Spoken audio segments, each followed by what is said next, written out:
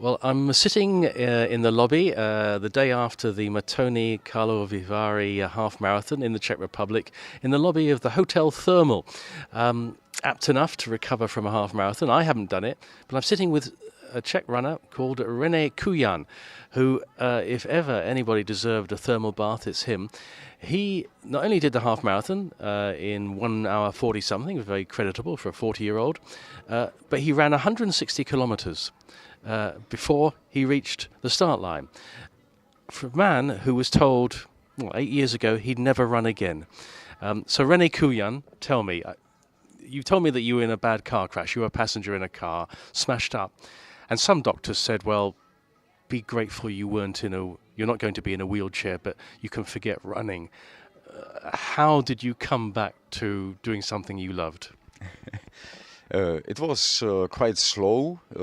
I did 6 months recovery, and I tried make some quickly moves, some couple of meters runs, and I realized maybe it will be possible to run again. Maybe in a year, maybe in 2, but I can do it. I felt it. So I decided to run again. And to run again not only marathons but also ultra marathons, because when you imagine you have the possibility not to run again, and actually you can run again. You love every meter you run, you love every kilometer, and you love every race. So I fell in love with ultras again. Well, during your rehab, you told me you were in a rehab center for 6 months, and most people there, men and women, were in wheelchairs, and they were never going to get out of those wheelchairs. And that has been a focus of, in part, why you run, and you're in a wheelchair sports club in Prague. And this 160 kilometers from the town of Kralupy to Karlovy Vary, and then the half marathon, that's all been part of a fundraising effort for them. So what impressions did you have at that time in the rehab center? You know, what did those people in the wheelchairs, what did they give you? It was very inspiring for me, because I was standing on my feet, I was walking and also a little bit running again, and these people have no chance to stand up and run again. So it was very inspiring, because psychologically they were better on it than me. I was physically I was in a perfect shape, but psychologically my head I was depressed, and some people there in wheelchair were like sun shining, optimistic, and I couldn't understand it, and actually I can't understand it till today. But it was so inspiring for me that I said to me, maybe they can help me with their opinions and with their optimism and so on, and maybe I can help them through my running. So now I am running and donating some money for every kilometer I run. For example, in this project, I've been running from Kralupy nad Vltavou to Prague and the half marathon in Prague.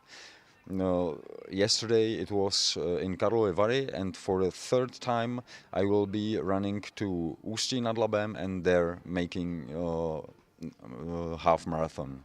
Well, this is massive mileage or kilometers. And before the accident, which clearly has changed your life, you were running around 3 hours 30 for the marathons.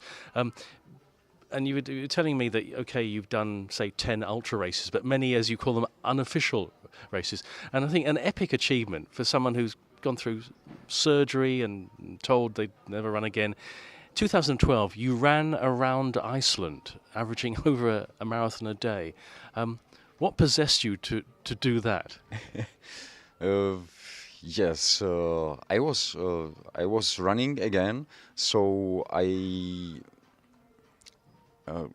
we were with my girlfriend on Iceland 2 years before that, and we bought a small book, 50 romantic things you can do on Iceland, and one of them was you rent a car and within 24 hours you drive around the Iceland, and it should be very romantic. And we couldn't believe it, and Bara, my girlfriend, said to me, it's actually not romantic at all. If you were a romantic guy, you would run around it. And it was only a joke, but I thought, yes, it's a perfect idea. So 2 years after that, we decided to realize that project. And raising money for wheelchair people also in Iceland and also in Czech Republic. And yeah, I think it was a good idea from my girlfriend. Well, yet another example in history of the power of women to get men to do what they want, but extraordinary.